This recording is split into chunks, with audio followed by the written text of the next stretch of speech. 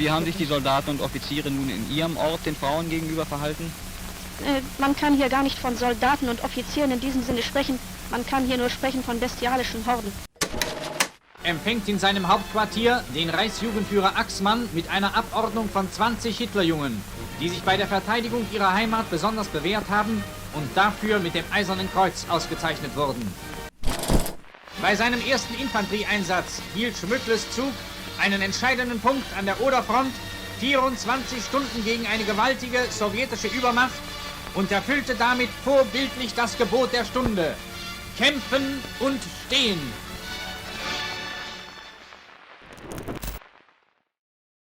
On the 22nd of March 1945, just weeks before the imminent collapse of the Third Reich, what would become the final edition of the Deutsche Wochenschau, the regime's renowned cinematic newsreel program, was broadcast in the territories still under German control. During the early years of the war, these newsreels, consolidated in June 1940 into a single state-produced cinematic newsreel, had served to announce victories, military advances, and strategic successes. However, by the spring of 1945, the situation had become entirely different. The military situation had reached a critical point.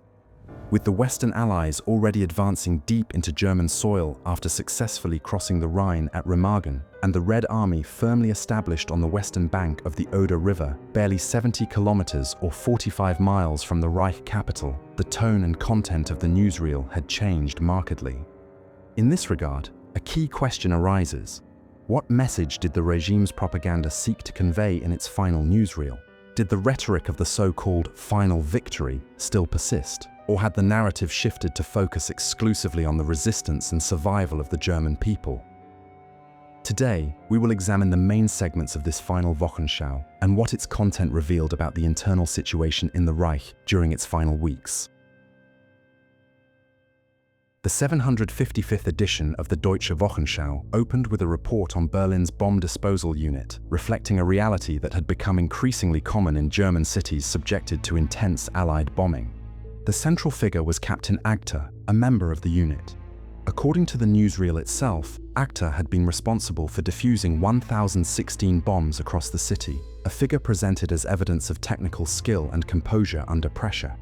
It was also noted that he had been awarded the Oak Leaves and the Wound Badge in gold after being seriously injured in an explosion that left him blind for a year.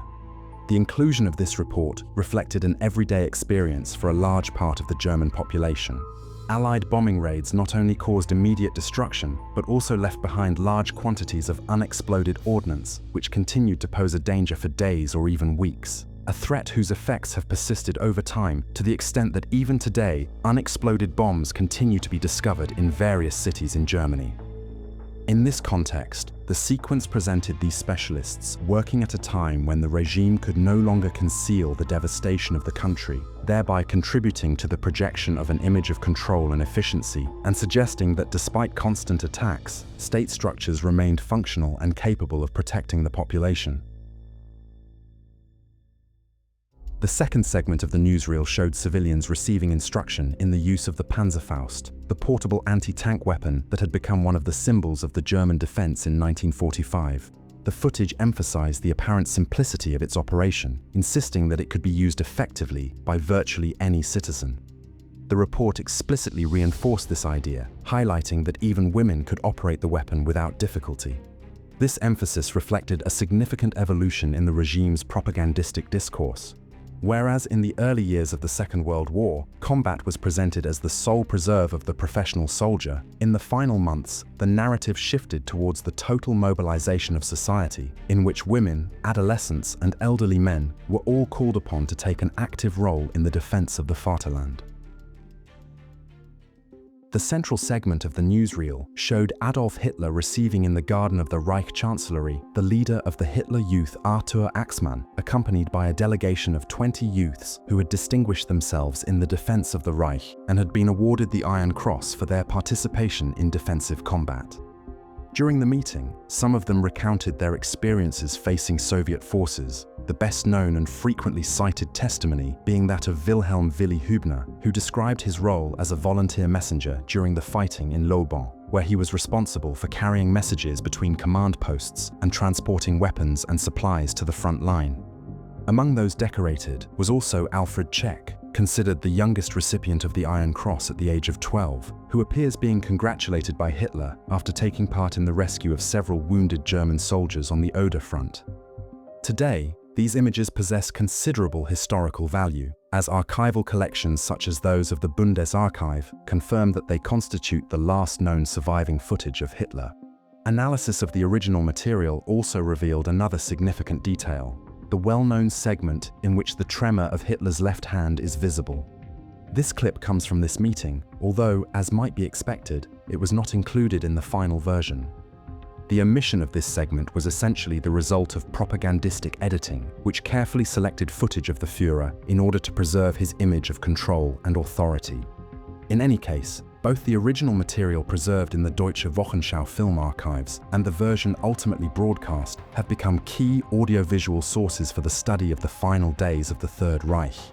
But setting aside the undeniable documentary significance that this footage holds today, in the context of 1945, the propagandistic intent it sought to convey was evident: to present German youth as a model of loyalty and sacrifice at a time when the regime needed to reinforce public morale.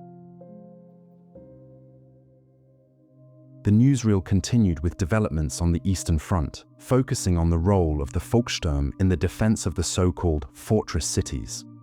Established by decree of Adolf Hitler on the 25th of September 1944 and publicly announced in October of the same year, the Volkssturm emerged as an emergency militia intended to mobilize millions of men aged between 16 and 60 who had been discharged from the armed forces or exempted from service for various reasons.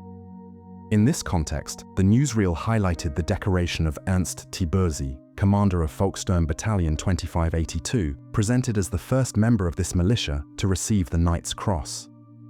According to the report, Tiburzi had succeeded in destroying several Soviet tanks using Panzerfausts during the defense of Königsberg in February 1945. Although not mentioned in the newsreel, Tiburzi's background is equally revealing. Despite being 33 years old in 1945, an age suitable for regular military service, he had been discharged from the Wehrmacht some years earlier after sustaining severe injuries on the Eastern Front, including the loss of an eye. Consequently, he had been limited to minor duties on the home front. However, the German collapse in the East, coupled with the creation of the Volkssturm, brought him back into active service, this time as a militia fighter in his native region of East Prussia. In this respect, the recognition of figures such as Tiburzi served to legitimize these improvised units and sustain their morale at a time when their operational effectiveness was limited. The newsreel then turned to scenes from Breslau and Königsberg, two of these fortified cities, where soldiers and civilians worked together to build defensive positions, while the wounded were treated in basements and ruined buildings. The next segment covered the Kriegsmarine's activities in the Baltic Sea. According to the account, naval units had evacuated more than 500,000 refugees from East and West Prussia, while continuing to supply German forces still holding out in Courland, in present-day Latvia. The footage showed convoys and support operations along coastal positions, projecting the image of a navy that continued to fulfill its role despite increasingly adverse conditions. Up to this point, the tone of the newsreel had remained relatively consistent. However, from this point onwards, the narrative underwent a noticeable shift, moving away from its predominantly descriptive nature to adopt a more accusatory and emotional approach. In one of the most explicit segments, the newsreel returned to propaganda concerning atrocities attributed to the Red Army. An inscription on a wooden fence urged the population to protect women and children from the so-called Red Beasts, followed by testimonies from German women describing abuses committed by Soviet soldiers. The sequence combined these testimonies with explicit images of civilian victims, including uncensored corpses, in an attempt to generate a strong emotional response among viewers. But this approach was not entirely new. Incidents such as Nemmersdorf, previously featured in edition number 739 of the Deutsche Wochenschau, had already been used to instill fear and reinforce the will to resist. However, on this occasion, the visual and testimonial treatment reached a particularly high degree of intensity, aimed at producing an immediate impact and justifying the German people's resistance to the bitter end.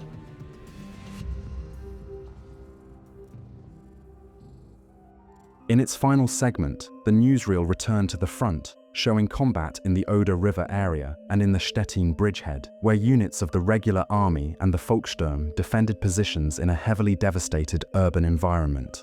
The footage also showed the arrival of reinforcements, the use of anti-aircraft guns against Soviet armored vehicles, and the return to combat of wounded soldiers after receiving only minimal medical treatment. The report concluded by highlighting the actions of Junker Schmuckler, mentioned in the Wehrmacht High Command communiqué for having held, alongside his unit, a key position for 24 hours against overwhelming enemy superiority. He was ultimately presented as the embodiment of the slogan that closed the newsreel: "Fight and resist." Taken as a whole, the final edition of the Deutsche Wochenschau reveals the extent to which German propaganda had evolved in the last months of the Second World War. It was no longer a medium focused on announcing victories or portraying a war that was still under control, but rather on sustaining, through carefully selected imagery, a narrative of total resistance. The mobilization of the Volkssturm, the defense of the so-called fortress cities, the glorification of youthful sacrifice, and the construction of an image of the enemy designed to legitimize the continuation of the struggle, made it clear that the military situation rendered any realistic prospect of final victory untenable. The newsreel did not abandon its original propaganda function. Rather, it carried it to its fullest expression, becoming even more directly integrated into the war effort, sustaining social cohesion and prolonging resistance in the face of imminent collapse.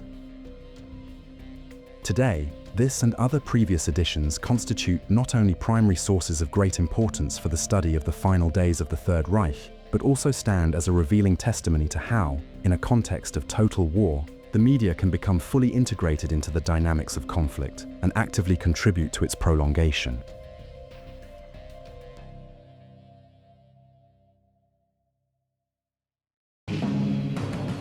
Wir sind des Geiers schwarzer Haufen.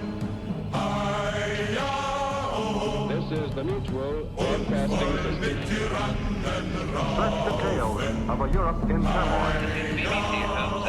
On this battle depends the survival of civilization.